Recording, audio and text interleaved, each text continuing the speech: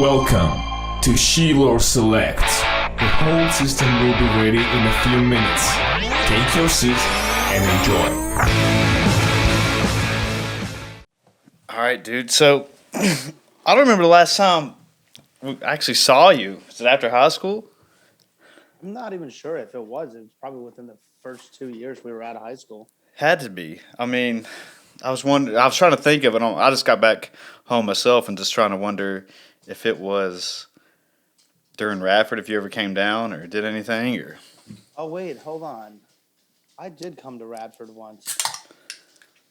I remember specifically one of my friends who's actually getting married this year almost dying that night because he was like, I just remember walking through the parking lot with some girl and a car alarm going off, and I look over and it's my car because he got in my car and then he just started throwing up on the ground. This sounds familiar. Yeah, so it was definitely there. Who else went to Radford? Let's see. Besides me, Matt Dalton. That was one of my roommates. All through there, Tucker Ray, Scott Joyce. I lived with them for a couple years. You remember them? Yeah, no, I do. I haven't heard those names in a while. Yeah. So that's why I was surprised when did you go to New York? I've been in New York since 2004. So that was 2004 is when I graduated high school. When we graduated high school. Yeah, so I went to school in Nashville for about a half a semester because all I was worried about was skateboarding and partying. Nice. And then I ended up I was in New York by November. What made you go? That's where your family's from, right? That's where my dad's side of the family is from. Okay, that's what I thought. My mom didn't want me getting stuck in PC, so she's like, all right, fuck off, you're going up there with your dad. So here we are 16 years later. Well, it seemed like it was a good move, man. I mean, I've been keeping up with you, obviously, on social media, and you're doing big things up there. It's working out. Don't get me wrong. Like the first half of my 20s was like watching Happy Gilmore. Every job under the sun. Well, what did you do when you instantly got there? I know you're in the restaurant business, and we'll get into that and all that stuff later, but give everyone a little feedback or a little rundown of the whole history of my man Travis. As soon as I got here, like work-wise, yeah, I started working at a Hollister in the mall. Okay. I remember I did that in college. Yep. That's a good job. Years old, working a Hollister in the mall. That didn't last very long. And then I went and I started. I was delivering auto parts for a while. Yeah. Yeah, I was doing warehouse runs for this little auto parts store in a town by me, and pretty much was just in the car all day, back and forth, warehouse runs. I would stop. I met this cute little chick that worked at an FYE, like a record store or something over in Jersey. Old FYE. They even still around? Yep. They're not. So okay. I'm dating myself already. Well, I'm right there with you. I think we're the same age, man. Yeah. And I would just go back and forth with these warehouses in Jersey. I would stop and buy CDs each week and see her, was hanging out with her. And then after that, I got in the union in the city. That wasn't for me. Nah. Nah. Then I started working at pizza places, delivering, working in kitchens, this, that, and the other. And then all of a sudden, one of my friends was serving at a restaurant in Nyack. Nyack's a town where I have all my places. It's a little river town about 30 minutes north of Manhattan. And kind of lied my way into bars. I was like, yeah, no, I can do this. This is fine. This is good. Whatever. So they put me behind the bar. I knew a lot of people. So a lot of people came to see me, and that's kind of where the bartending started. And then it just kind of, went downhill from there. Uphill, downhill. Yeah, you went uphill, bro. So you got into bartending by lying your way in there. Yeah. Saying you can make up some drinks and pour some beers and. Yeah, I was like, I could do this. I didn't know what the hell I was doing.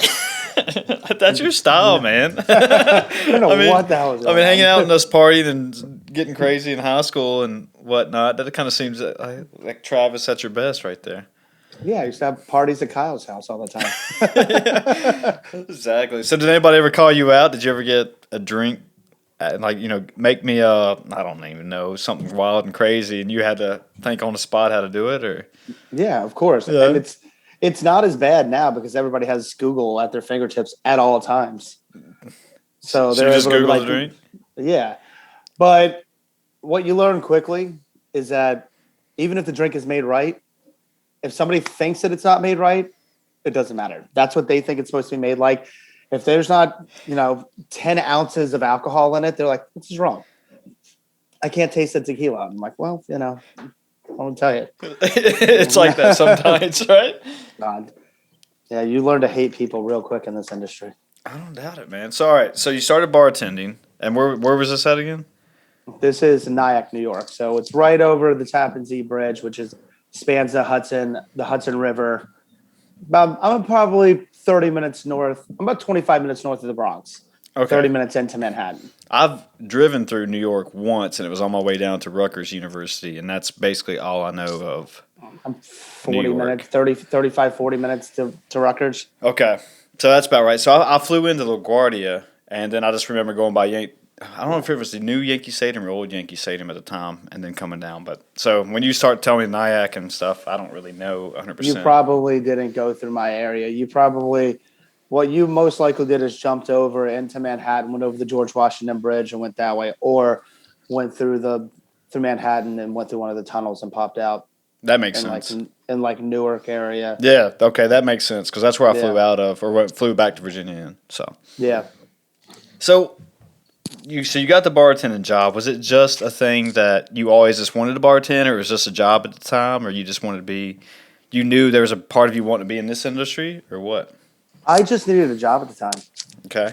At that time, I just needed a job. I was out of work for a couple of weeks, and it was perfect timing. And at the time, I was doing a lot of partying and hanging out. So we were probably, that was probably 2009, 8, 10, somewhere in that realm. So we're in our early to mid 20s. Everybody's still around. And we just started going. Everybody would come out and visit me, and it just went from there. Yeah. Mm-hmm. So then what moved on after that? What was the next step? And is this when you started saying, hey, I want to get my own place going, or? No, I actually got fired from that place for assaulting a customer. Oh, shit. This sounds like a good story. As I prefaced earlier, it's like you learn to hate people pretty quickly. And just people are rude. It was a busy Thursday night. And I was a college bar. There was some underage going on in there, et cetera. And there was just a kid that was at the end of the bar. He's like, hey, whistling, snapping, clapping, everything under the book. It's like, he's like hitting his glass on the bar. And I'm like, dude, you need to relax. And we're probably 5 deep at the bar at this point. Yeah. Yeah. It's that place would get wall to wall. We were doing like $10,000 nights on $2 tall boys of rolling $10,000 nights. Yeah. It's good, man. It is what it is. Well, I mean, yeah. I mean, I wasn't making the money. I was making my tip money. That's what the bar was making. Sure.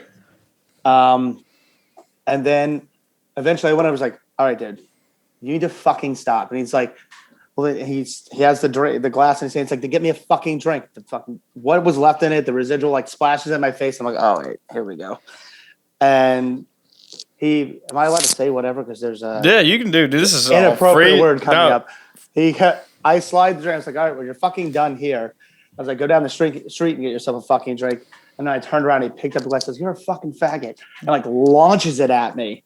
And then I just turn around and like Superman over the bar. I just like palm up and just go. I like barely got him, but I got him enough to where like I got him right here. So his eye cut and it just started bleeding. And then like all hell broke loose. And then was it one of those things in the whole bar just started breaking out fighting?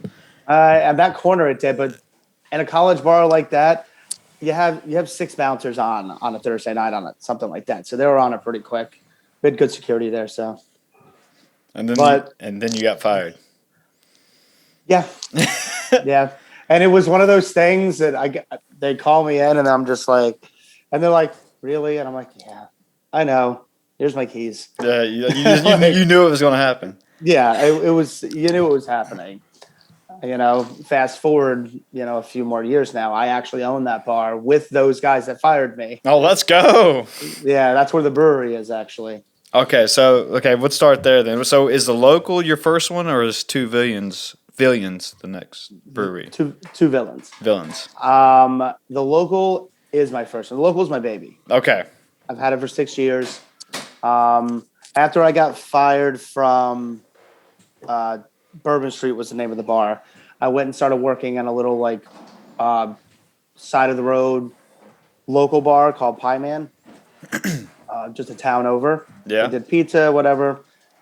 Was working there for a while. I was doing real estate as well, and then me and one of my current partners now, I sold him a house. We closed on a house. We're sitting down, and somebody calls me. It's like, oh, this bar. At the time it was called the Night Owl. It's for sale. It's like, oh, okay, fuck it. And we're talking, we're bullshitting, and by the end of that conversation, we're like, you know what, fuck it, let's do this. I'd worked for him for a couple of years at that time, and that was kind of it. And it just kind of went from there. So you and this other guy, y'all just said, hey, let's run this thing together. I run it. He bankrolled it. Okay. So was the only experience you had in running a restaurant or a bar was just from bartending? Yes, and I ran beer. So craft beer clearly is massive now, but back in 2011, 12, 13, it was just starting to pick up. It was just starting to get bigger, the rotating beers and everything. So I ran the draft lines at his bar for a while, and Bourbon Street before that. Okay. And we decided we wanted a little tiny local bar that we could get. It's kind of a dive bar that has really good, really high-end whiskey and really good high-end craft beer. Now they're all over Brooklyn. At the time, they weren't. They're everywhere in Brooklyn now. So did y'all set the trend for it, you think? No, I don't think we set the trend. Everyone just started kind of getting in on the craft beer craze? Oh, yeah, craft beer up here. I don't know how it is down there right now. Probably in Roanoke. And I know Richmond, it's huge. But it's huge here. Yeah. It's just like you said, Roanoke is – they got a lot more breweries popping up, obviously. Radford, we just opened up – or not we, I didn't open up one, but they just opened up a new one here in Radford. And it's not bad. I mean, we got a couple over there in Blacksburg. So, yeah. I mean – I went to one in Floyd the last time I was home. Was that the Buffalo Mountain one? Do you know? Yep. Yeah. How was it? I've heard mixed reviews on it.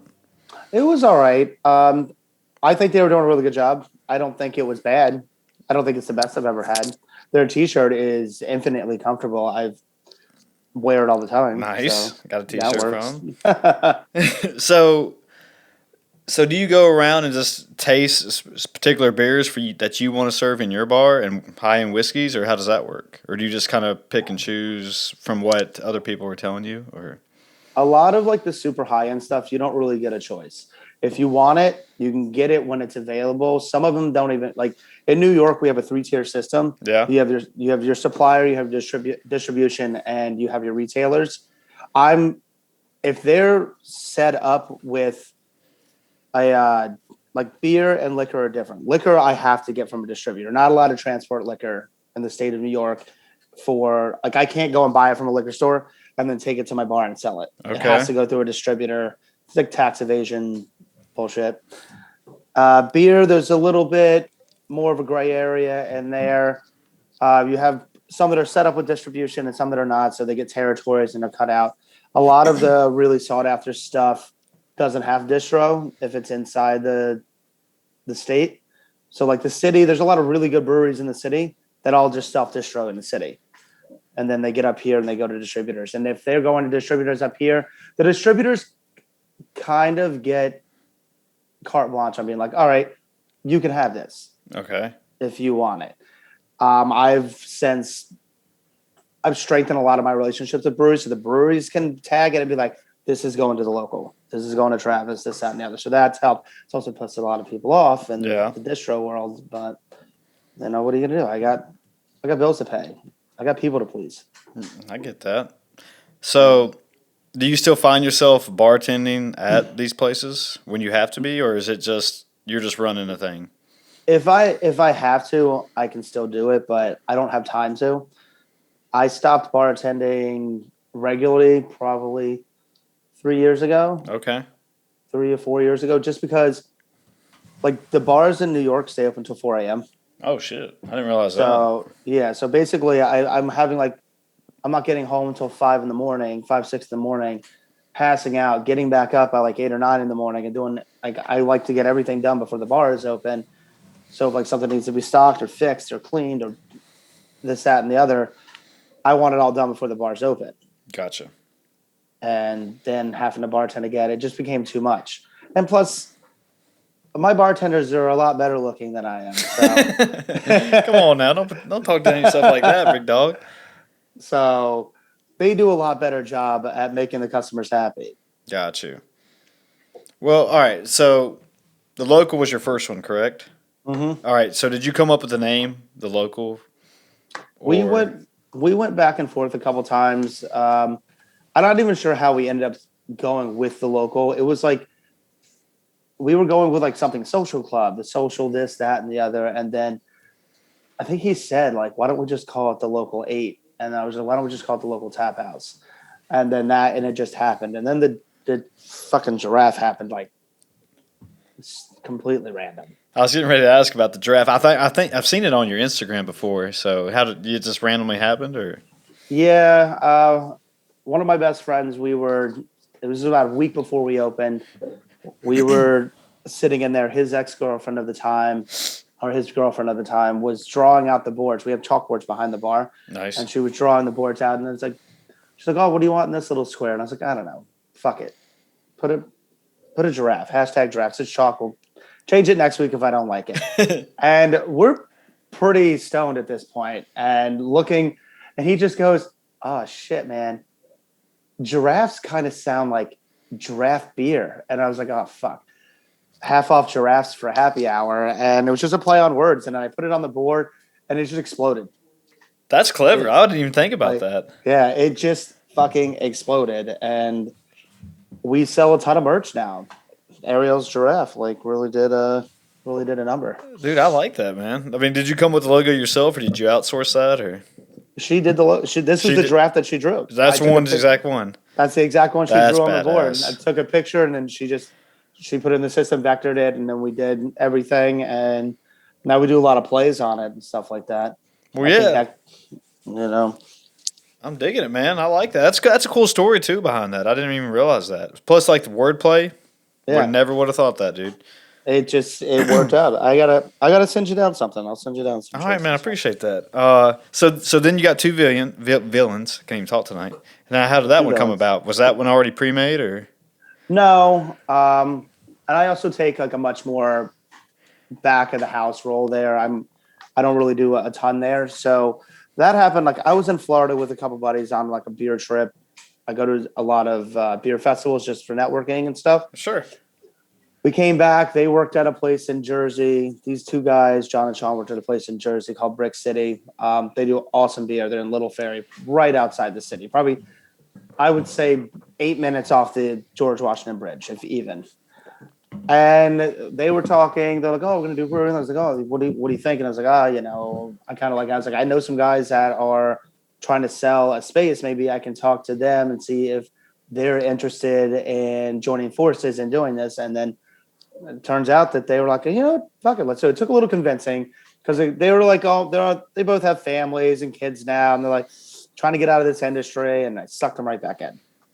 And that's how that went. The two villains was all the rules, all the branding, all the marketing is their thing. I think Two Villains comes off of an MF Doom song. An MF Doom song. Yeah. Is that a band? He's a rapper. Okay. I think it's from New York. I don't know much about him. Okay. I don't either. So I don't know like anything about him, but I'm pretty sure that's where it came from. And they're doing pretty good beer. They're doing good beer. Like they're starting to pick up. We opened up 2019, like the end of 2019, and we had our hiccups there. We weren't able to get the kitchen going immediately because we had problems with the hood, but we had to get the front of the house open. So we got that open. We opened up the kitchen in February, and then a month later, Tom Hanks gets COVID. We have to shut everything down, and the world went into lockdown. So that was the moment that I had to say to them, I was like, listen, guys, I have to worry about keeping the local afloat. yeah. I have to, and then I shifted every bit of my energy into local. I was doing 10 to 14 hour days, 7 days a week, if not even longer days. Some of them were like 16, 18 hours and then right back up and going. And somehow we survived. And then I was an idiot and bought another bar in the middle of it. Well, I got a couple questions, kind of what you were talking about, but that's one thing I wanted to talk to you about. Obviously, I know in L.A. with COVID and everything, they're shutting down restaurants, and even like with outdoor seating, it's almost a joke. No, there. that's okay here too. That's exactly the same way. Mm-hmm. Yeah, we are. It's loosened up a little bit. I mean, the whole Cuomo power struggle is a nightmare in itself. Yeah, what's up with that dude? I don't know, but every time he touched somebody and they come out, restrictions get loosened. Some, somebody else call him out quick. So that works. Right now we're used to 4 a.m. We have to close the bar at 11. You're not allowed to be drinking if you're standing. You have to be 6 feet apart. If the tables are not 6 feet apart, there has to be partitions in between them. Okay. Everybody has to be out of the building by 11. You have to buy food if you're consuming alcohol. So if you come in there and it's like, I just want a Bud Light. And I was like, well, I'm sorry, man, you got to buy a plate of fries too. Yeah. So now, it just doesn't. That's probably the dumbest fucking rule out of them all. In New York, do you always have to have food serving for drinking? I think that's how it is in Virginia, if I remember. In New York, to obtain a liquor license, an on-premise liquor license, you have to. I think that's just the full service liquor license. If you have actual hard liquor like spirits, Right? You have to have some sort of food. Chips, I think, usually do it. Like the local, we only have hot dogs. Okay. So, but during COVID, they were all on-premise consumption had to come with some sort of food. Still, to right now, it's a $10,000 fine if we get caught. Technically, Oof. Yeah. Which I'm not really looking to get. I don't blame you. No. So you said the local, you only sell hot dogs. Yep. Why is only hot dogs? Is it? I mean, We don't I like hot dogs. I'm just asking. I fucking love hot dogs. Hell yeah. We don't have a kitchen there. Okay. So I wanted to offer a little bit more. I have a few friends who live out in San Diego. I'll go out there and visit them every now and then. And in North Park to this little spot called The Friendly. And late night, when you get out of the bars, you go there, you get a little cheeseburger. But you need a kitchen for that. So it started, and now my bartenders can make the hot dogs for people. They come in. But then I decided to be a dick and make them some of them complicated and do specialty hot dogs. Like we have I Dream of Weenie, Christopher Walken the dog, the Drop It Like It's Hot Dog. One of them I had to take off of the menu because of PC matters. I got yelled at by a couple of people in the community. Yeah. But those are clever names, man. I Dream of Weenie. I'm cracking up over here. Are just plain hot dogs, the raw dog. It's just and it worked, and it's been a godsend not having to, because I don't have to pay a kitchen. Kitchens, if you talk to anybody in this industry, kitchens are the bane of my existence sometimes because they're so expensive. Oh yeah. They're not even to put them in, to pay people to be in there. It might cost me $400 a day to run the kitchen. It costs me $35 a day sometimes to run the front of the house. Wow, I didn't realize that much of a difference. It's part of that. If you have one bartender on for 8 hours at $8, Well, you don't have to do the math here, but yeah, I would just never would have thought it was that much of a difference. $65 to run the front of the house and $400 to run just the kitchen. And that's with nobody buying anything. So it takes a lot. It takes a lot of food just for the kitchen to break even. Right. Just to get all that out right there, right? Plus you're paying your workers, and so there's when I've watched specialty cook shows and stuff, it seems like there's a lot more cleaning and trying to keep up with the health inspections and talking about. Then that seems like you just have to have a lot of people who are on their A game at all times. Just right? Does if a health inspector just comes randomly walking in? Is that how it works? Yes. You really want. I mean, in any industry, you want everybody to be on their A game all the time. That's what separates the good from bad. When you have, and I've seen it over the years in this industry, when you have people that actually give a fuck about the space, like I try to build like more of a family out of everyone instead of like a staff. Like everybody's hanging out, they're becoming best friends. Like the local, most of the people that have worked at the local have met their significant others working there. Not even the staff, like meeting them in the area. Like you get close with like those people. When you start caring, you give a fuck about what's around you instead of like it just being like, all right, I clocked in, I'm clocking out. Yeah. Done. That's what you really want to look for. Like there's a ton of fucking cleaning though. It's insane. Yeah. Everything's cleaning. You want to treat it like, my whole thing is this. I was like, I want this place to be as clean as you would want food from. Right. And some people, I look at them and I was like, but not you. Not Well, definitely not you, though. Yeah. No. There's a couple of things like that, but I want to talk about. But yeah, I mean, just like you said, when I've worked, in places during college and even in high school and stuff, that we've all, work with other people that, you're around them roughly 8 hours a day or more. And like you said, finding your significant other, which, because you're around them almost more than your actual family. Yeah. So it's easy to do, and I don't know exactly what the word I'm looking for is, but yeah, I mean, when you build something like you're talking about, yeah, it's easy. It's almost easy to do, and it's a place you don't mind coming to. I mean, I guess you and your significant other are having issues, but yeah. Well, and you can ask my staff. I frown upon the intra-office dating, if you will. I don't need the problems from home coming to work. Well, yeah, it causes a lot more issues there. That's obviously one of the biggest downfalls of it. But oh yeah, no, and it's extremely difficult. And when you start throwing booze into the mix and college kids, like it's like fucking Mardi Gras all the time. Like, what the fuck's happening in here? Yeah. So, well, let's kind of recircle back here. I want to talk about the hot dogs a little bit more. So, the specialty dogs that you come up with, I mean, was that just something that you always had in your head, you knew about, or something just for life experiences? Or, I think the Chicago Cubs or Chicago City has a Chicago dog, and I've never been there. Okay. And it's like sport peppers and celery salt. Yeah. I mean, is that just how did that come about? I mean, just I don't know how theirs came out, but like I know I don't know. I like getting weird with food. I get really weird with food. I love creative food. I guess I'm somewhat of a self-proclaimed foodie, and it was just throwing things together, trying it. And like the Pineapple Express, it's chili, pineapple, jalapenos, cheddar jack. The Christopher Walken the dog is, what is it? It's bacon, feta, mozzarella, cheddar jack, barbecue sauce, tzatziki sauce. Drop it like it's hot dog is whatever hot shit we have on us at time. It changes. So is it the stuff back there while you're just cooking up or something, and you're just like, man, this would be good. This is what I would like on it. Yeah. Yeah, nice. You just throw it out there. Christopher Walken dog came about because it was I was like, I don't have one here with a lot of fucking cheese on it. So I just started throwing cheese on it.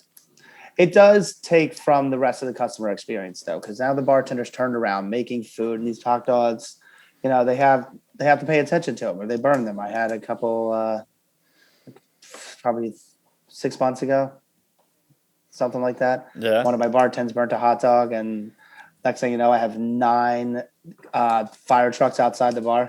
Oh shit! It got that crazy? It wasn't even crazy. The fire alarm goes off. They all just come. Oh, they just have to come. Is it one of them? They just everybody jumps in and comes over. Damn. Okay, so all right. So during this whole thing, you said you bought another bar, right? Or you went partners again, or what? How did you explain it? Yes, me and my partner from the local, and another guy that I've been friends with for a couple of years now, who also owns another restaurant in town. He owns a fantastic Peruvian spot called Moore's Kitchen. We decided, we were talking to them before it, but we were going to pull out because of COVID. And then we were able to work out a nice deal because of COVID. So it made sense. And we're like, let's do it. It's a lot bigger. It's probably, I would say, at least 5 times the size of the local. Wow. Maybe a little bit bigger. The local's tiny. The local's like 900 square feet. Okay. Our floor space alone is probably 3,000 without the upstairs. Oh, And we have man. like a 40 So to that's like 50 three times the person. size. Yeah, it's well, we have the upstairs too. And then the downstairs, like the basement area, which we're thinking about finishing, is the exact same size. So full usable space from top to bottom, we've probably got about 7,500 square feet. So this one's the Henry, right? This is the Henry. Okay. And this one works out like it's nice. We all have our role. My one partner, he does the construction. He does a lot of the back end stuff, pays a lot of the bills. I run the bar, and Tyrone runs the kitchen. He's owns the other restaurant. But it doesn't mean that we can't like jump in with each other. Like I love menu development, so I get involved with the kitchen stuff. He loves drinking, so he gets involved with the front of the house stuff. Got you. So, and speaking about COVID, I mean, besides the stipulations they put on you with having to serve food or shutting down at 11, I mean, what are the other hardest parts coming from it? I mean, do you have to have everyone outside at all times, or even during this past winter? Did they have to be outside eating? Or? No, we're allowed to have people inside. We have 50%. Well, now we're at 75% occupancy, but 50 and 75 doesn't make a difference with all the rules that are attached to it. Because with the distancing between the tables and people can't stand, they have to have their mask on all the time if they're standing. It's 75, pretty much 50 to 100% doesn't matter. Once you're at 100, you can be at 100%. To be honest, if they don't take the regulations away, it doesn't matter. Okay. Yeah. Well, I know I was reading, or not even reading, but listening to another podcast, and they were talking about how with COVID and people leaving the city, it seems like crime is going up more in New York, and more people are trying to get out of it. Is that affecting y'all in any way, or any insight on that? We have a massive influx of people coming to us. We live in the suburbs, and we live in a fairly affluent area. Okay. I have the town that I'm in, Nyack, as I said earlier. It's a river town right on the Hudson River, Okay. and it's one of those destination towns that a lot of young people end up moving to, and a lot of people that are moving out of the city are coming through. I just lost one of my longtime bartenders, who's about to be my sister-in-law. She's marrying one of my younger brothers. She just left bartending because she's so busy with real estate. She doesn't even have the time to do the one shift that she was working. So, Well, you said earlier you were into real estate. yeah, I was. I don't do it anymore. I don't really have time. Whoa. Yeah, Was it'd be this nice something to you were do one trying more. out while you were just trying to? Yeah, it was just something I was trying out.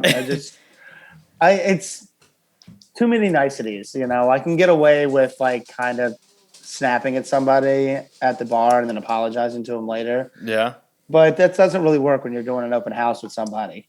Okay. So, Well, so you got out of that real quick. You didn't do that real long, or? I did that for 3 years. Oh, so you did do it for 3 years.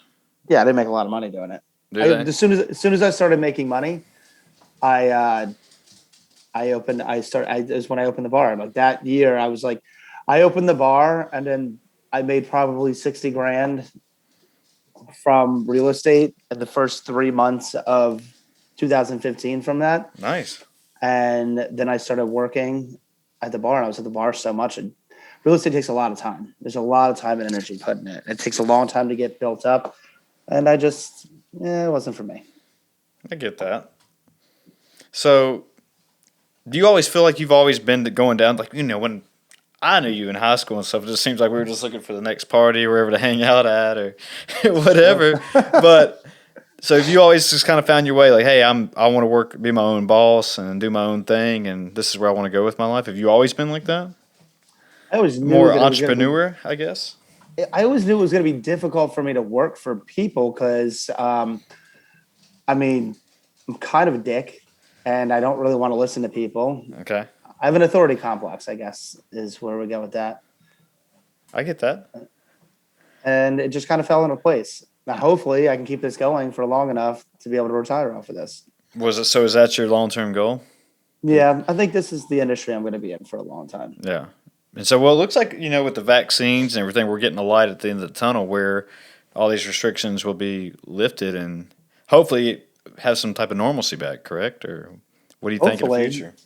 I mean, hopefully, but I mean, I think normalcy is shifted now. It's going to go back to a certain type of normal, but I don't think it'll ever be exactly the same it was. And speaking of the vaccines, they just recalled the one Johnson and Johnson. Yeah, I read about that today. Yeah, and I'm like, half my staff got that one. They're like, oh no, they recalled our vaccine. I was like, well, it's gonna be really fucking hard for you to give it back to them, so stop worrying about it. That's a valid point. Like, yeah, that's. I mean, I haven't got my vaccine yet, and I don't know if you have, but I that did. you did. Yeah, God, and it was vicious. Did you go Johnson and Johnson or Mm-mm. you went Moderna, Pfizer? Yep. Okay. Yeah. So what do you mean vicious? The second shot kind of put you down, or?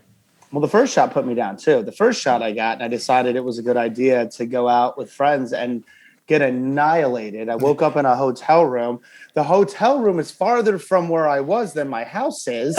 That day was probably the sickest I've ever been. I don't normally get sick or hungover or anything. Okay. I woke up. I was so nauseous. I was like, that's it. I'm pregnant. It's happened. It's finally happened.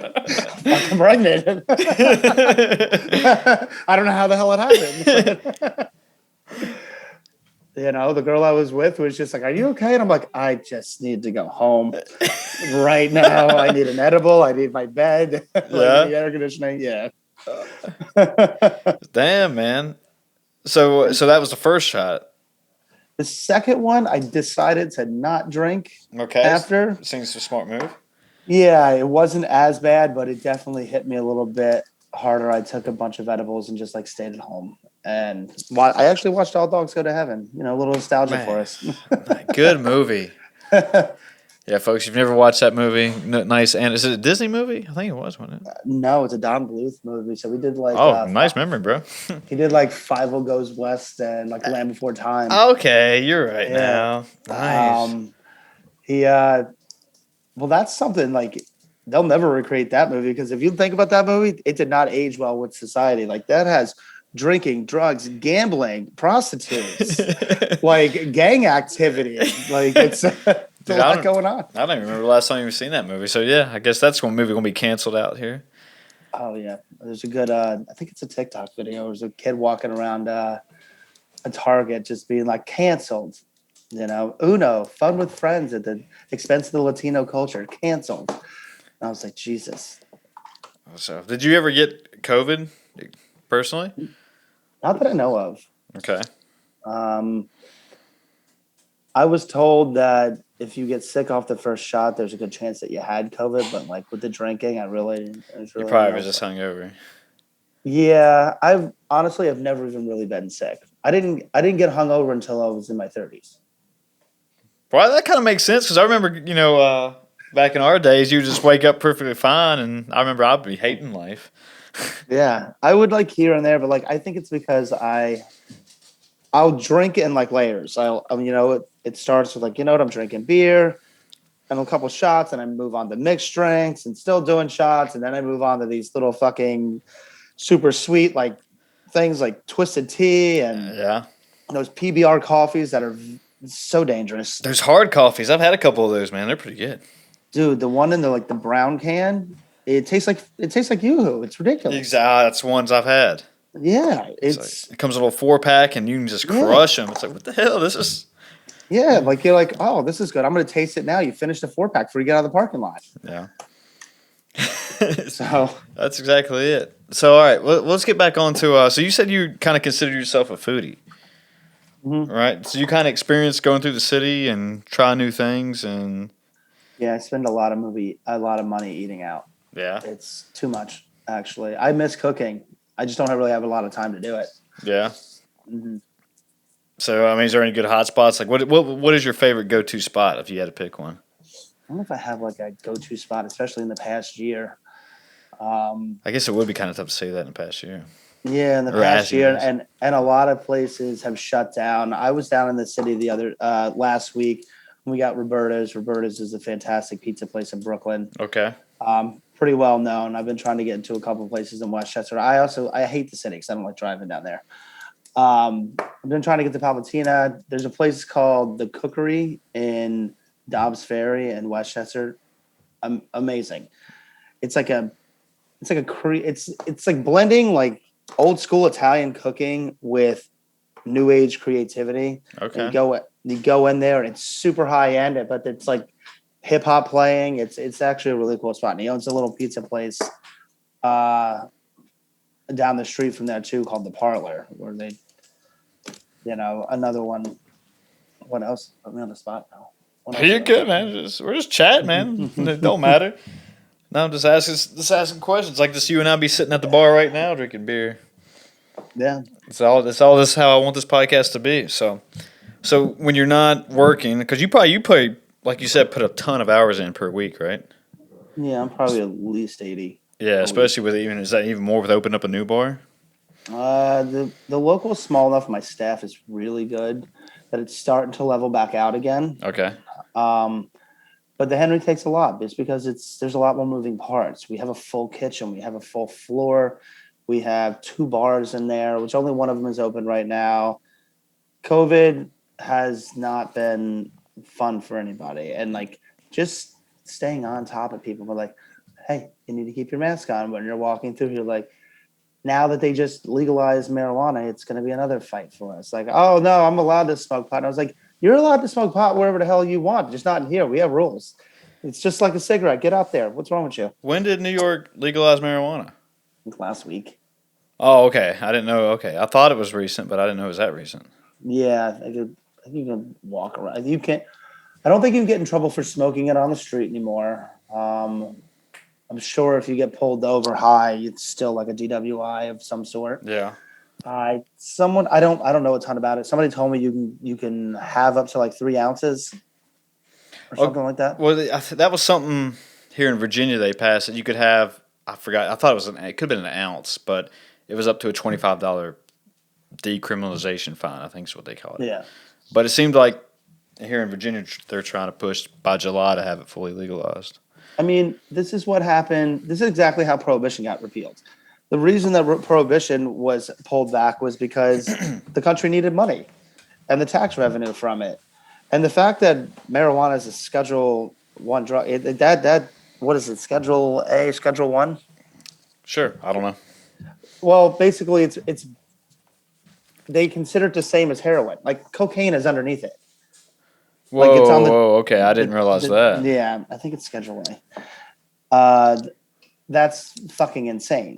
They consider heroin and marijuana in the same category. Hold on, I'll look it up right now. Let's see. I would have never thought that because obviously I've never done heroin, but from what I've understand. Schedule 1. Let's see. Drug scheduling. The DEA. Schedule 1 drugs are listed. All right, so Schedule 1 drugs: heroin, marijuana, LSD, MDMA. That's right up there with psychedelics. Yeah, and then Schedule 2 is like Vicodin and Coke and methadone and Jesus, it's insane. And is that federal or just New York? What they classify it as? No, that's federal. I'm sure that's going to be. You give that 5 years, that'll be gone. There's no way marijuana can be considered the same thing as heroin. No. It's a completely different thing. No, it's fucking stupid. Whatever. Especially with however many states are actually trying to legalize it now and kind of what you were saying, using the tax money off of it. I mean, they'll never do that with heroin.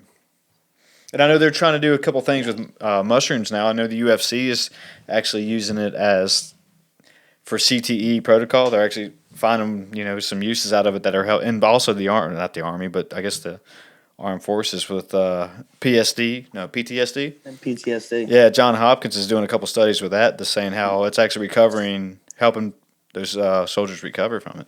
Really, I know that they were doing some work with LSD with that as well. Have you ever taken shrooms or? Never have, and I've always been the guy wanting to do it, but I've also been afraid at the same time because I've heard horror stories. So. I like acid. Shrooms are. I have a very dark personality. Like, it hasn't changed much from high school. It might have gotten worse. It might have gotten darker. Oh. Shrooms, yeah. I don't remember us doing anything crazy like that in high school. Plus, no, I mean, like, it pulls out like pieces of your personality you don't even want out in the surface. I mean, the first time I did Shrooms. It was fun for a while. I was at a festival. I was like, "Oh, this is great. This is good. Oh, this is getting ugly.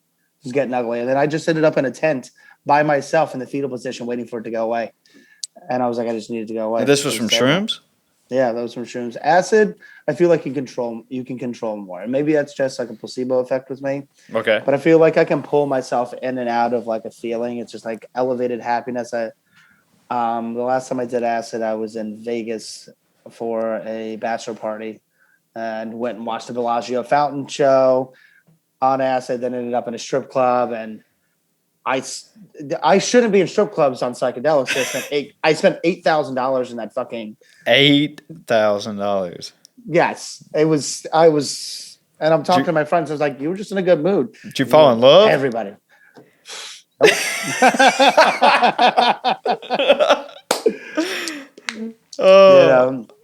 I mean, I've been in a couple strip clubs before, and I've had friends to spend. I mean, I don't think it was ridiculous amounts like that, but they found one girl that they thought they loved forever, and so it's private rooms, man. Oh man! So are the Las Vegas rooms obviously different from what goes over down here on the East Coast? No, the rooms are still just a box with a bench in it. There might be a mirror or two. Maybe there's velvet on the walls. I don't know. Girls might do a little other stuff for you. Yeah. Okay. We don't have to talk about that. No big deal. Well, man, I didn't know you went down those couple roads though. Do you think it changed your life or how your outlook on things or using those type of drugs? Because I hear a lot of different experiences from other people. I didn't mean to cut you off, but saying that they get a broader perspective of where they should be going in their life, or that they see other dimensions. And I don't know if I went down that type of road. Okay, I did have a lot of fun. Shrooms, I definitely go down a dark road, and I learned that I don't like it. I've always had, like, even when I was in high school, I've always been very bipolar. ADHD. I was caught up in that in the early 90s when they were just jamming prescription pills down kids' throats, children. Mm-hmm. They're feeding at speed like it was fucking Skittles. Yeah. And I don't know if it gave me a broader perspective. I think just life experience has been doing a lot more of a job of that. I think you can learn a lot from just not being scared and going out there and doing shit and learning and tripping over yourself a little bit. Well, that's a good way to put it. I mean, just learning from your mistakes, and I make a lot of them. Well, I mean, it seems like I was talking with a couple of friends, and when they showed me that you were on that podcast, and I listened to it, and I was like, man, Travis is doing big things out here. I mean, what the hell? And a lot of people were just scared to even take that leap of faith, I guess. I mean, I can speak for myself on that. Sometimes when it comes up to a risk thing, I'm just like, nah, I'm going to play the safety. Give me a security blanket. But it seems like you've taken that leap of faith and you've come out okay. I applaud it, man. I applaud it. It's still like scary. It's not like I'm just. There's a point where it's just like, what could happen? It's not going to kill me. I don't think. It's just. You gotta try things. Like there's almost a rush to it, like getting and going. I'm like, granted, there's an immense amount of anxiety that's wrapped into it, but it's working out. I like people and I hate people at the same time. Yeah, I love meeting people as much as I love watching people leave. That's a good way to put it, man. You get like there's so many experiences. It's like when we share, like when we do collabs and stuff like that. I have. Like with the beer and stuff like that, or you link up, like sometimes you'll link up with another brand, and you're sharing this marketing sphere. It's the same thing when you're meeting people. When you're hearing about their experience, you're kind of starting to share a different experience field with them. And like, you're like, all right, that's kind of cool. Like there's this, like things that you never even knew existed. Like I love learning. Like I still come home, I'll smoke a little bit. And the only thing I really want to watch is documentaries. Yeah. You watch any good ones lately? What did I just watch? I did just watch that Seaspiracy one. I watched that one last week. That opened up my eyes. I didn't realize the world was doing it that way. I thought it was going to be a thing just with turtles and plastic straws. But yeah, it actually, that's why I didn't watch it. I was like, oh, here we go. The Great Pacific Plastic. Oh, the trash thing? Yeah. Yeah, the trash patch. And I'm like, I get it. I don't want to just I love nature. Like I pay for Discovery Plus just to watch BBC with David Attenborough. Nice. I want him to narrate my funeral. like I want him to do my eulogy. But yeah, that was a good one though. I didn't know we were overfishing the seas, and and I didn't know the fishing industry was that type of industry. Where they're just chopping shark fins off and throwing them back in the water. And I love the way they explained it. The way they explained the ecological breakdown, like when you start taking away the predators and this, that, and then the other species grow out and then they eat everything and then they die out because they don't have anything to eat. It was what was it? Probably like 10 years ago when Neil deGrasse Tyson did the Cosmos series, and that's how he explained evolution, and that kind of same tear down with the visuals. You mean as far as like predators, like you take one species out, then that predator is going to take over the top of the food chain, and that's just going to keep eliminating others? When he explained the way it was I like the new way that they're doing things with the visual representations. They did. He explained bears. That's how he was explaining evolution in the Cosmos documentary.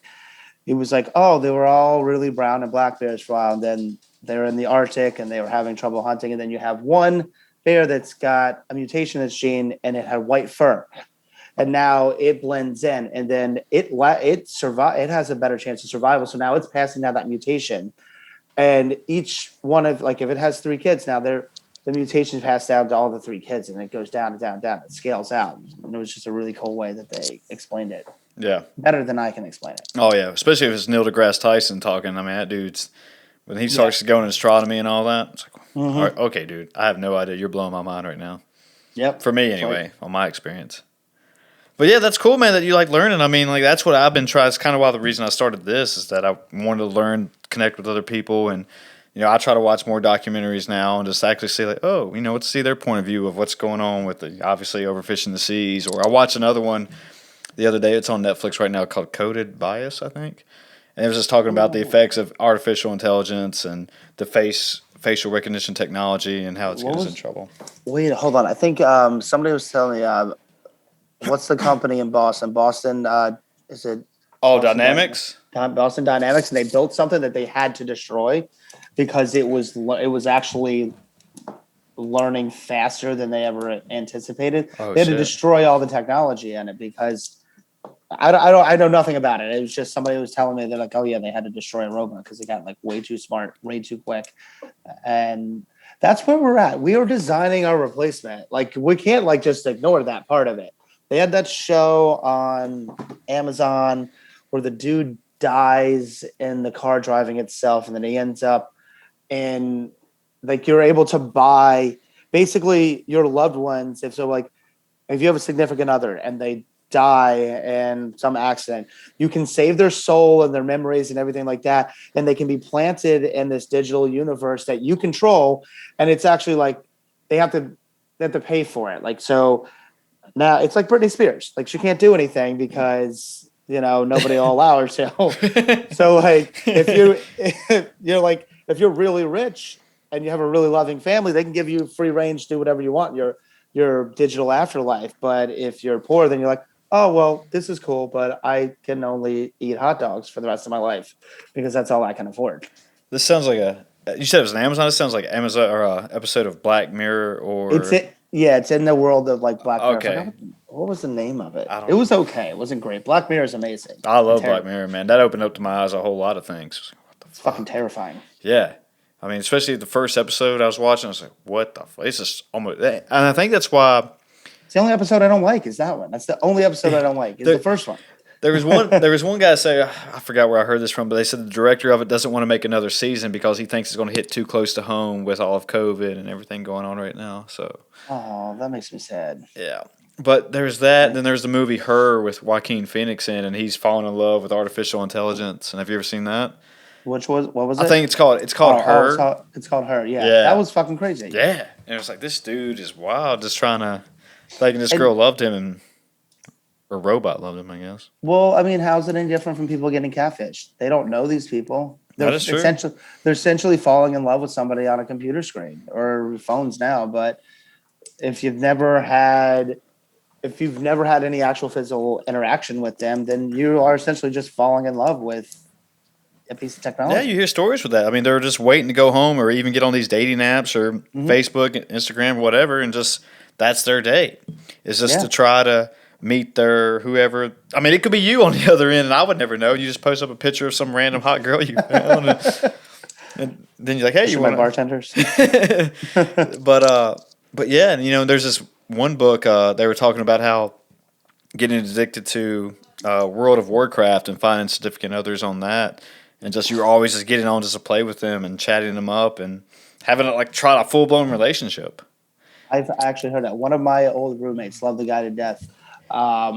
He was a World of Warcraft guy. Which was interesting. He would just I would walk into his room sometimes on I would walk into his room on a fucking Tuesday night, and he's just sitting there. He's all wired. There's beers everywhere, and he's like, "Yeah, we're in a raid." And I'm like, I don't know what the fuck that means, but all right, you know what? How about it? Yeah, get it, bro. He's married now, 2 kids. Did he meet his wife on there? No. Oh, okay. He met her next door. Oh, well, that's easy. Yeah. But yeah, I mean, that's kind of the world that with technology. I mean, I guess we're getting way off subject here, and that's fine. We can do that. But yeah, I mean, we're going down that road. Is just that, when, Elon Musk is trying to make a Neuralink to put into your brain and almost to make it where we can communicate without talking. I don't want to do that. I don't even like how much I hate AirPods because of that specific reason. I don't like outlets in bars anymore because let your phone die. Talk to somebody. Be a human still. Do you have issues with that? I know what I'm coming at is I know a couple employers, as far as in higher education, that they don't want their employees using cell phones as much as people are. So do you have a lot of issue that with your employees, just saying, let's say a bartender's just sitting back there just playing on the phone as opposed to making drinks, or? No, it does happen. Some of the younger girls are a little bit fall victim to it, I guess, a little bit more. Some of them, they just met a guy and they're like, I just want to keep on talking. I was like, yeah, but that's cool. But scoot, let's go. My whole thing is listen, don't make me be a dick. Okay. You don't want me to be an asshole. Don't make me be one. Use your brain. But it's people get distracted. They get excited. I deal with a lot of girls in their early 20s.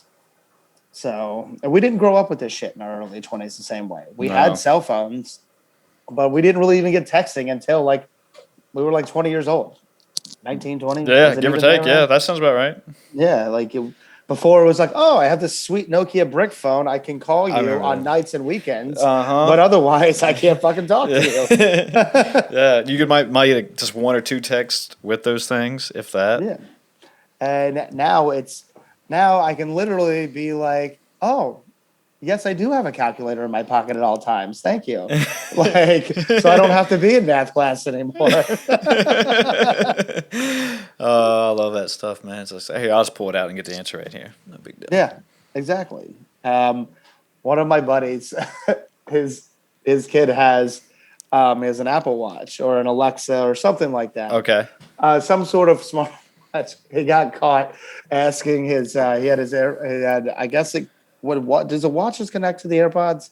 I don't really know. I guess Apple Watch, yeah, they would. I guess. I really don't know. I don't have an Apple Watch. I have AirPods, but I don't have an Apple Watch. He was pretty much asking for the answers on the watch, and it was getting the answers from that one. Oh, I get. Yeah, you can talk to it. I think like that. Yeah, cheating with technology. Damn, man. Do you utilize any new technology for your restaurants or bars or anything? I mean, the POSs are. My one partner is a lot more into it, with the apps and things like that. He's a scheduling app. He wants to do a reservations app. He likes using the technology to help make work easier. I'm a little more old school sometimes. I'd rather, if I make a schedule, you're supposed to remember it because we have brains, and I want you to remember things. Yeah. The POSs are getting so much better. So the point of sale system, so our registers, they track literally everything. The one we have Toast, and you can literally do a loyalty program where you can track everything one specific person buys if you set it up. I could go into it and be like, oh, Jim bought this many Budweisers this month. Let's give him a Budweiser. Oh. You know, Makes them feel pretty good that, hey, I get a free Budweiser, right? And, we have a buyback system. And, yeah. When you're not there, you don't know what's going over the bar anyways. Gotcha. Well, speaking, you said toast and new technology and stuff. So do y'all have to utilize, I don't know, with the local, but maybe with the Henry coming up, that with the full food and everything, that with Grubhub and Uber Eats, do y'all have to do markups or do anything weird just to get that out? Or do y'all even utilize that? Absolutely. Like, we are on Grubhub, and it's fucking scandalous what they're doing. It's fucking criminal. Restaurants operate on a fairly small margin as is. So if we're only making 32% of like the costs on it, if we're making 32% at the end of the day, they're taking 30. So now we're getting 2% of it. You have to mark. That's ridiculous. It's insane. And they're all doing it. And like, they've been just killing it during COVID because everybody's needed to use them. Right. But we just started, and I'm not sure the next step, but I know it's being signed tomorrow. We were working with the mayor of our town of Nyack to do some county legislation where the county is going to cap what third-party delivery systems are allowed to charge us. So I think it's 15% is where they're going to make them stop at. They did it in Albany County, which is where the capital is, Westchester, and I think the city may have done it as well in some capacity. But you're probably going to see that pop up. You're going to probably see that go national where they're like, that's a lot of money to spend. I mean, like you just said that, 30% and you're making 32. Is that what you just said? Yeah. I mean, if we're even making that, some items you're only making, 28% on, 25% on. And those companies, there's always something. Oh, it's a marketing expense. It's a service fee. We have this fee now. We have this, that, and the other. It's like in Shawshank Redemption when Andy Dufresne is narrating and talking about how, or was Morgan Freeman narrating, talking about how where they were cheating the system. He's like, there's always ways to skim off the top, more guards, more bars, more roads, this, that, and the other. There's always one way for them to find and get a little bit more money out of you. Man, I mean, that's got to be a nightmare to be dealing with. I mean, you don't have to use them, though, do you? Do you just choose to because obviously it's a little bit more business? It's a little bit more. You get a little bit marketing out of it. If you don't, I think that they're paid services, but there's a lot of gaps in it. There's a lot of problems with it. So let's say that the food is late or the food is, you get your burger and it's been flipped over. It looks like it's been through Hurricane Katrina. And they're calling your restaurant being like, yo, what's wrong with my food? What happened here? It's like, dude, that has nothing to do with us. Like, I can't make that driver get here any faster.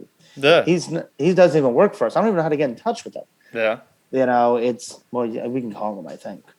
Yeah, there's something kind of weird, though, that, I've utilized it before, but, you just give a stranger to come pick up your food. How do you know he's not getting in some fries or something going down the road? And then obviously, then you call, like you just said, I'd call you up, like, what the fuck, man? I got 3 fries in here. There's a dick in my fries. What happened? Actually, it's funny you brought that out. I was having a conversation the other day with one of my buddies, and apparently there's a guy in Jersey that apparently got a roll of like the McDonald's stickers where they use to seal the bag, and he was opening up the bags and fucking with people's food and just putting this and just seal it back. Yep. That makes you not even want to use it at all anymore, just because you never know. People are fucked up. Yeah, you never know what kind of person you're going to get, and they just say, fuck this guy, I don't care. But then again, the same thing goes. Like, if, I know in Patrick County, we didn't really utilize delivery services. If anybody delivers anywhere, I don't even know. I don't think so. Back in that day, maybe now, I don't remember it. Everybody at home, there's cars that will drive food to you around here. But you don't know. Like, it could be some douchebag 16-year-old kid working for a pizza place, eating your pepperoni off your pizza. Yeah, I don't give a fuck.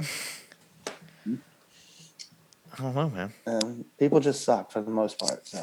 Well, that's right, man. There's some wild people out there. But anyway, you want to take this home? I don't know if you got anything going on tonight. If I need to let you go or anything.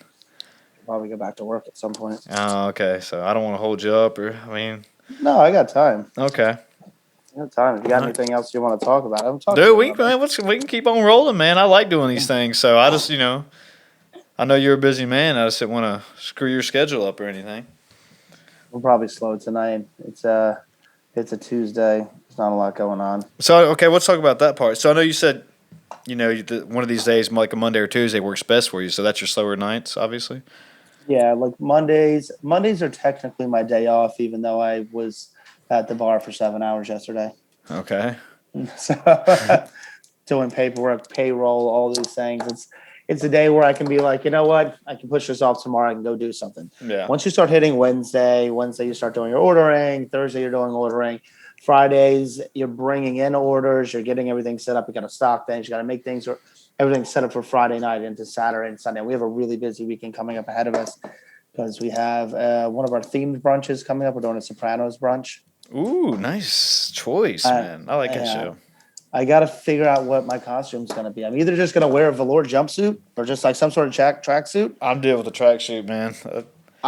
Because it's functional, but I really, really just want to wear a robe with boxers and a wife beater. Nice. That's really what I want to do. like I'm going down to get the paper, Nice. with my hair all disheveled. Nice. So but that's typical though. Like, tonight you just said that you might go back to the bar. I mean, is that usually you come home for a little while, then go back, or? Generally, when I come home, I stay here, but we have someone new on tonight. And my other partner, just like me, he has another restaurant. Okay. To deal with. So we'll bounce back and forth. But the new person is my brother, and he's worked at local for 6 years. So nice. I think he'll be able to figure it out for the most part. But you showing him the way, the steps, and he's trying to get out of this industry. He's ready to get out. Oh, he just wants something different, or? Yeah, I think COVID scared a lot of people.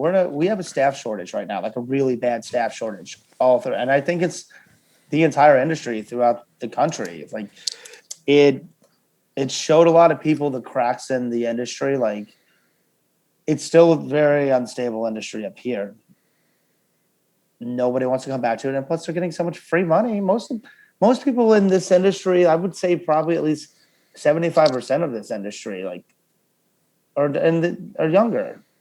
Maybe not 70. Well, at least up here, probably younger. I mean, I would agree with that. I mean, most restaurants you go to, you're going to see a lot of younger people working. I mean, so if the government's giving you $400 to $600 to $800 to stay home, maybe you're babysitting, maybe walking dogs, maybe you're kidnapping dogs. Who knows? Why would you go to work? Yeah, and risk your unemployment and knowing that the industry just really isn't there yet. That's interesting. Yeah, it's really bad up here. Nobody can get staff. I have friends. I have a buddy. He owns 5 restaurants and a brewery, and he's like, I'm bartending again. We have no one to work. So yeah, you just got to do what you got to do to keep going. But I mean, there was other stuff I read that they actually had. They're not even allowed to hire anybody. I don't know if this is now, but this may have been right after last March when COVID first hit. It was pretty much just only the owner and, like you said, maybe just a handful of people, a skeleton crew, just to keep it going. I mean, I laid my staff. Last year when this hit, I laid my entire staff off except for one person, Teresa, and she was my right-hand man for the first 3 to 4 months of COVID. And then even her, she's kind of left the industry now. She works 1 day a week for me now, and she went and got what's the quote-unquote real job with benefits. Yeah. Well, I mean, I don't know. I mean, in these times, I don't know if you got to just – I don't know how to look at it, I mean, do you just look at what's best for you and, like what you just said, go out for the job with benefits, or – I don't really know where to go with that thought. No, well, you go – that's usually the end. And she's getting she's in her late 20s, early 30s at this point. That's usually what it is. People to work in this industry for a while so they can find something that has benefits and then they move on. It's like a stepping stone. It's a natural progression of it. And okay. It's something you expect. But right now, what you're seeing, and you're going to see it start to affect, like you're going to get busier and you still don't have staff, it affects service. So if you have 100 people there and you really only have the staff to take care of 70 people, then ticket times get slower. Things get fucked up. People get pissed off. You lose business. And it just starts to break the whole system down. Yeah. Because at the end of the day, the customer experience is the most important part. And that's why when you go to these corporate places, they have enough money to be like, oh, you had a bad time? I'm sorry. Everything's free. Free. And then you do get your assholes that know that. Your Karens, if you will. Oh, the Karen. Okay. The short-haired, older, middle-aged women come in there and start cussing. Sorry, all the Karens in the world. I actually have a Karen that works for me, and she's a sweetheart. You got to get some war stories on that. They come in there cussing you. Oh, of course. There's always people. There's always someone. The best is when they've had, like 5 drinks, and there's no alcohol. And I was like, I know there's alcohol in there. There's so much alcohol in there right now. You don't know how to make drinks. Fuck you. Oh, this God. sucks. I'm giving you guys a bad review, and then you get a bad review. Like, the biggest thing has been the food. People complain. Like, it's a state mandate, and it's been a state mandate for a long time at this point. We're probably, since we've been allowed to have people inside, it's been a mandate that you have to buy food if you're getting alcohol. And people are like, this is bullshit. You're going against my civil rights and my liberty. I'm like, dude, I don't have time for this. Just put your mask on or order food. If you don't want the food, I'm sorry. Yeah, I have to give you the food. Yeah. If you want to write me a check for $10,000 and I go cash it, I don't care what you do. Run around with your fucking dick out. I don't give a shit. Do whatever you want to do. All right. I know if I get that fine, then I can pay it. Yeah. Yeah. You hear these horror stories of places like doing one party one night and then just getting hit with like 80 grand in fines. Damn. And it's just not worth it. So what do you do? People go on Yelp and review you and talk trash and. I mean, they do. I've gotten a bad review. One of my other bartenders got a bad review. And you just ignore it, or is it just there to stay? Is there You can argue it, but it is what it is. Like, a lot of it's like, I can't believe I had to buy food. This is bullshit. And I'm like, what do you want me to do? It's a business, lady. Yeah. I mean, it's like being like, it's like being like drinking and driving. It's like, I just want to be drunk in my car. And it's like, well, you don't want to do that. Sorry. Yeah. Huh.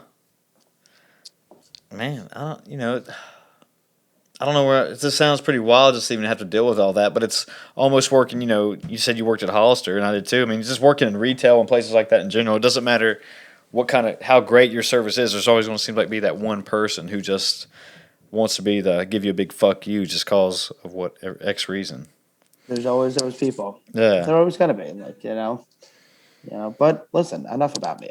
Dude, what's going on with you? What are you doing these days? What's going on, bro? Okay, let's see. So, working at Radford University, still. I actually manage all their POS systems on campus. Nice. Yeah, so for all their dining areas, I'm the back end guy for all that basically. I run all the software for it. Which one? What do they have? Oracle Micros. Oh, okay. Yeah. So I don't know. I see a few places around here, but I don't know how big it is other than just on college campuses. But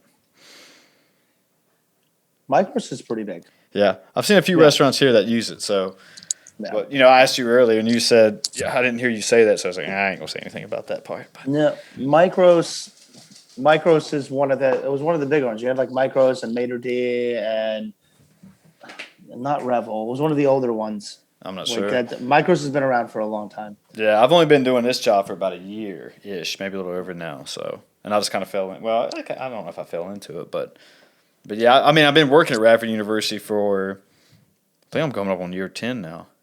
Oh, wow. Yeah, and so I bounced around in different jobs there, but then this one opened up, and I thought I might enjoy it more, and I'm digging it, man. So. Good. Yeah, I work with all their dining, and I run all that. If they need prices changed or me to reroute their menus or whatever, I do all that. So. Oh, so if you really want to piss them off, you're like, all right, everything's $1 today. So, just fuck off, everybody here. I ain't doing shit. It's a fucking $1 menu now. Oh shit. Well, you're doing a lot of working out now and stuff too, right? You're Oh like, yeah, man. So yeah.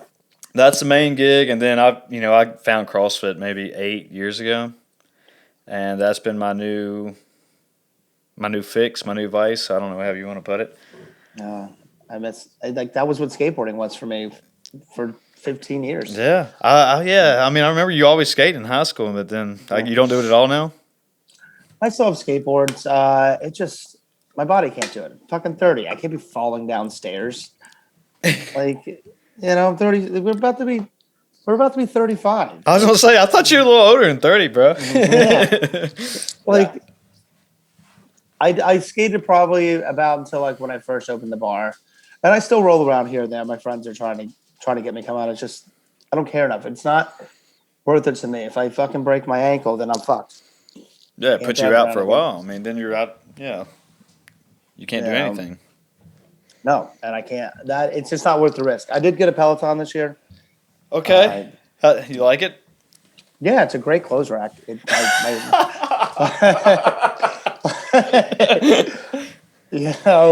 My hoodies have a TV screen now. Whenever I Nice. go away.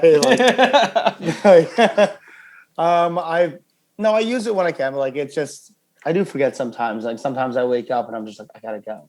But what's great about it is like you do these 15-minute classes and they talk so fucking much you don't even realize you're on the bike. Yeah. I just wish that I could plug. I want to be able to plug in my own music and still do the class at the same time.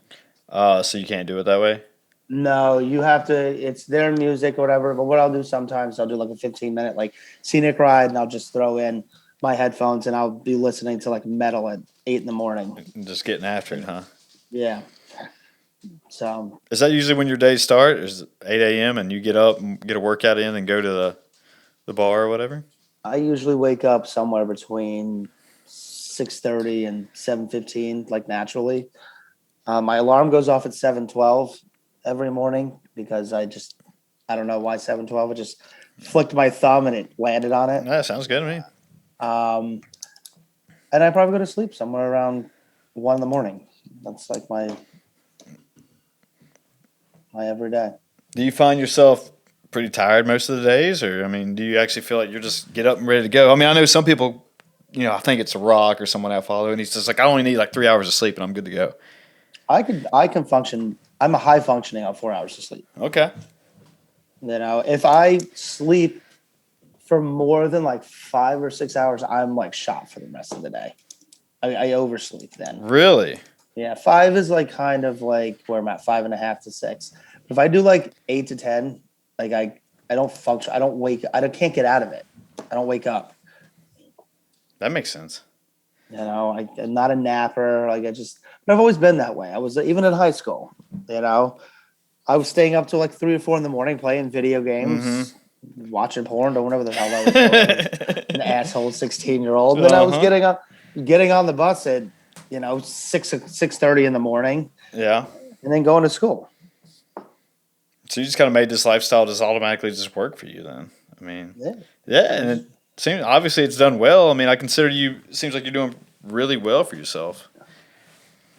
No, yeah, I'm doing all right. I'm broke right now because all my money is wrapped up in my investments. Well, that's just kind of how it is. You just put out money now, then hopefully down the road later. I mean, yeah, it all comes back. Return on those investments, right? There you go. Sure, all right. Yeah, and plus, you've got 2 under your belt, and you're going on a third, so it's not like you're just going. It seems like the first one, I would think, would be the hardest one and most stressful to me. I was also young. I was 28 when we opened. So I think a lot of the anxiety that I have now with opening places, I didn't have because I didn't know what to expect. Yeah. Now I have these anxieties of everything and the internet's making everything harder and harder and harder. We go back to your Karens.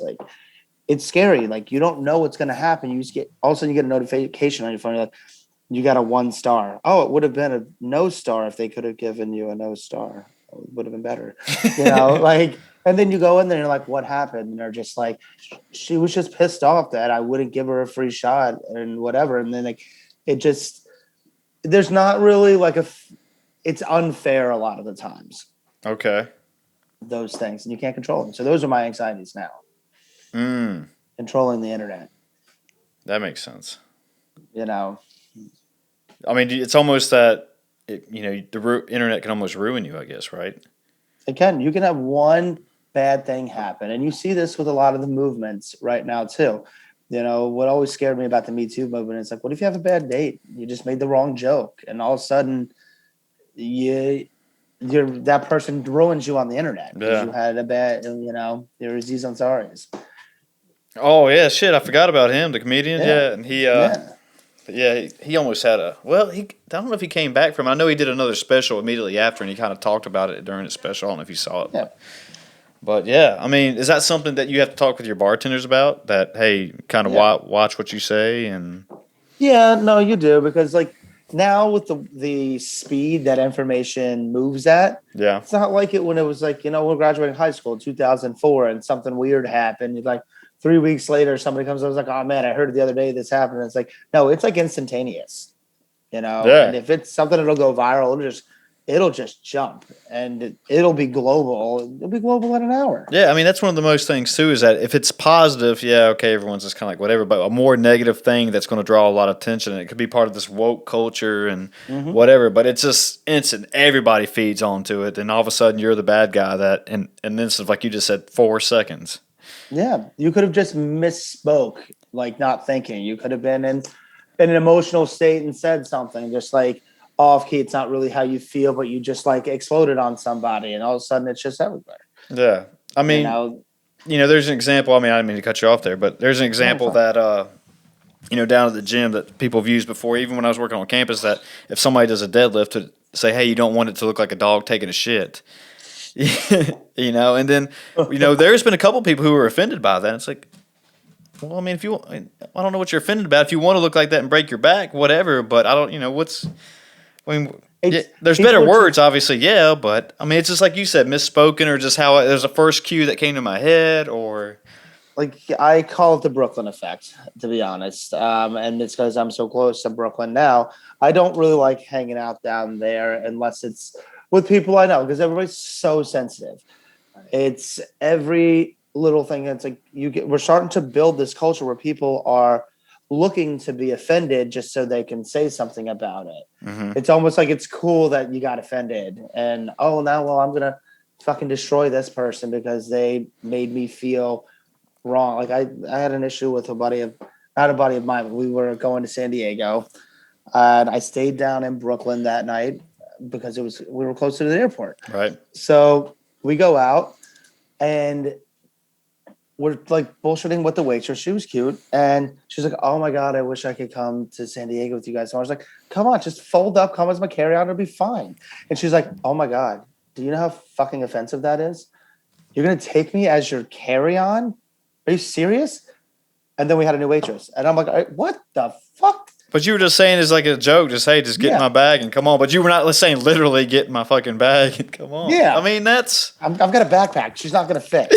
I mean, it's like, come on. I mean, you're not a dog. I mean, what the hell?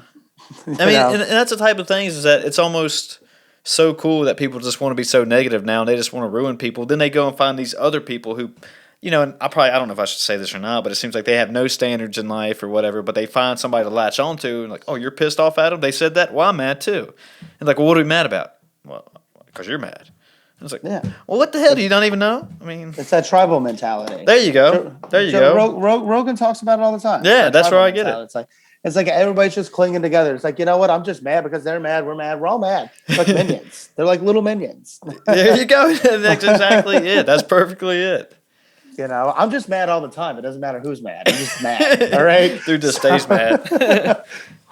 I'm just like a bite into an orange. I'm like, why is this so fucking good? Fuck you. It's so juicy. I hate you, Florida. That's exactly it. And it's sad to see that that's the way this today in society. It's that way. But, back in, it seems like, if you and I ever went out in high school or whatever and you said a joke like that, we would have laughed up. I think most people would have thought it was pretty funny. I mean, I'm not telling you literally get in my bag. I mean, no, that's. Like, yeah. I'm not. I like this bag, and you're gonna rip it. Oh, now I'm fat. I'm gonna rip your bag. I'm like, I don't even know you, and I feel like I'm fighting with my girlfriend. What's happening here? It's never ending battle with that stuff, man. So You know, is Virginia this sensitive right now? Well, I know, there's areas that are, but like where we grew up.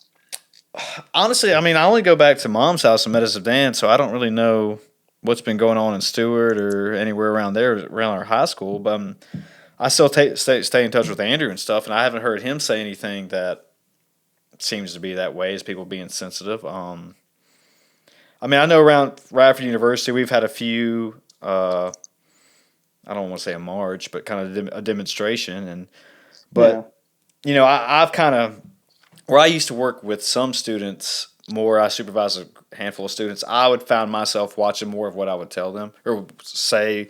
I want to use certain quips like you just did or whatever. Yeah. So, yeah, I mean, not around this area. I wouldn't say I've noticed it more of being sensitive. I mean, that could also be just because of, like I said, I've kind of know my tribe now, like you were saying, and that I know what I can say and who I feel more comfortable with being me, which I should feel more comfortable being me all the time, but I mean, listen, the sensitivity comes from it originated all these movements, and they originated in a place where they needed to be. Like it needs, like a lot of the stuff needed to be brought to light. I just think that people are getting carried away with some of the stuff. Yeah, it's too much. I mean, it's just some of but maybe that's what we need. But maybe we need to get carried away. I'm not going to get carried. I get carried away all the time. I break like 6 phones a year. You just get mad and throw it? Yeah, no, actually, I finally got an iPhone again, which I hate this phone. It's the worst fucking thing I've ever had in my life. Was you an Android guy? Yeah, I need to go back. I'm going to lose my mind. But I got the iPhone 12 Pro, and I have this like $25 case on it. Like I spiked this thing at brick walls, and it just bounces off of it. There's no screen protector on it. You just peel that thing right off, and you look at it. It looks like a dog chewed on the case because of how beat up it's been. Yeah. Actually, last week I threw it behind me because I got annoyed and ended up hitting the back bar and breaking a whole bunch of glasses. Oh shit! It hit, and I'm just like, and my bartender's like, saw the look on your face and all that glass broke. That's gonna be fun for you to clean up. And I'm like, fuck me. Yep. Huh? Well, you just don't like the programming of the iPhone or how it operates, or it's too limited. The camera's good, but like it's not like the image processing. I don't think is as good as what Google had put out with the Pixel line. I think overall the Samsungs are the best because for a while I went Pixel 1, so it was probably the Galaxy S7 at the time, so the Pixel 2, the S8, Pixel 3, S9. Yeah.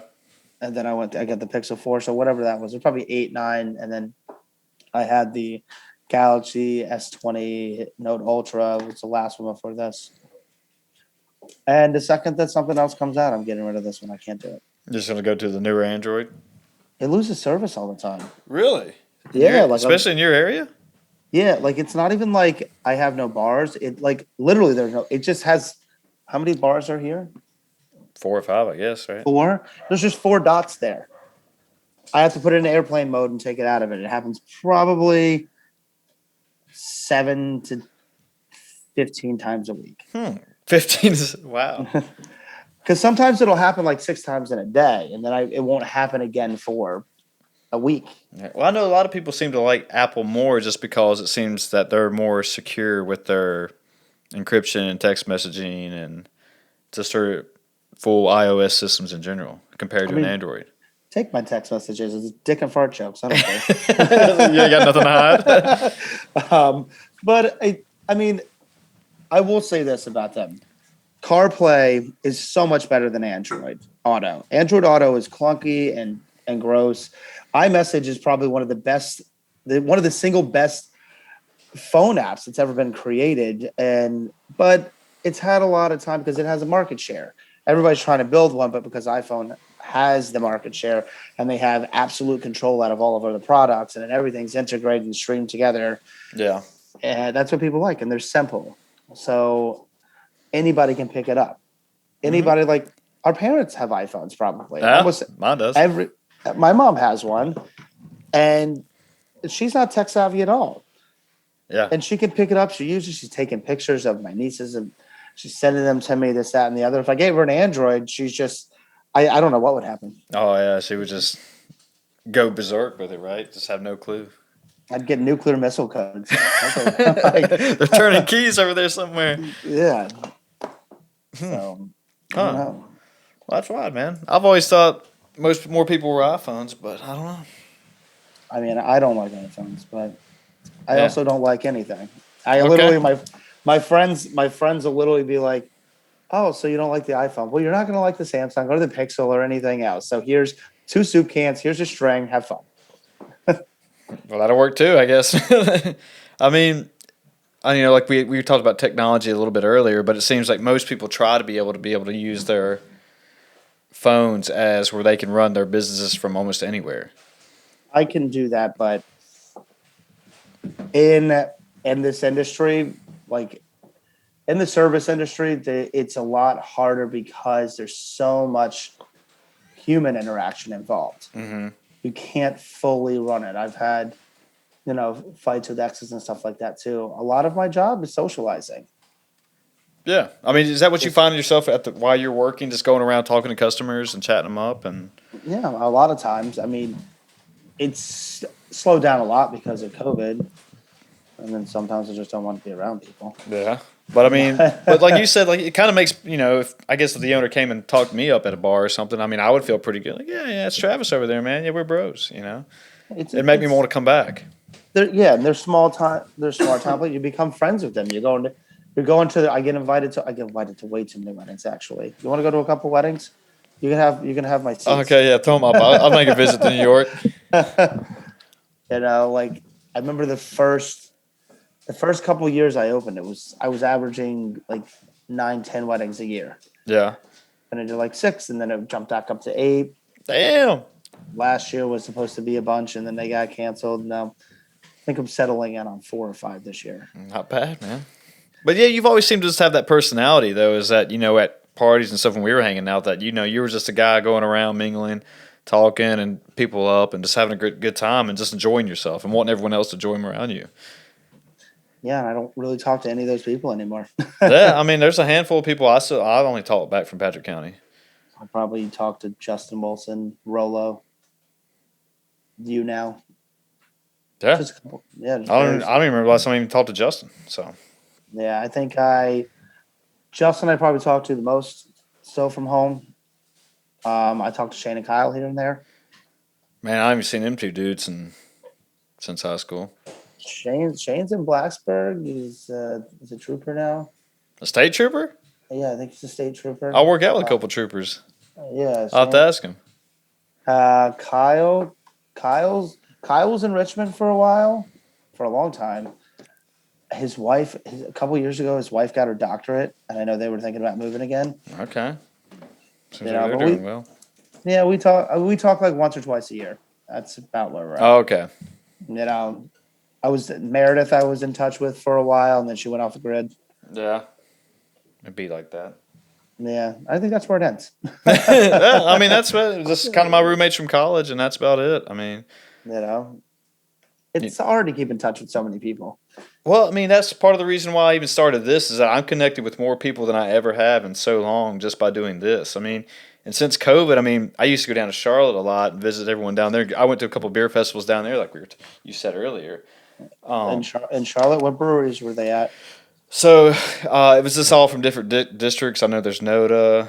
You got Wooden Robot down there. You got Resident Culture. Yeah, there down you go. there. But they would all come to it was like a big concert and beer festival or burger and beer festivals. A couple of them, they even did a taco one. And it was just, you pay $35 and you get unlimited pours. And I think Coolio was down there and he played Judah and the Lion.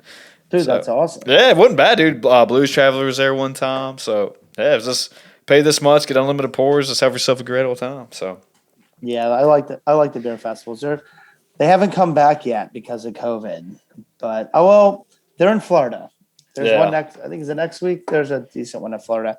I was gonna go to, but I don't have the time to get out of New York again right now. Well, the one in Charlotte that we always go to is supposed to. They didn't do it this year, obviously, but it's supposed to do it again in October. And I don't know.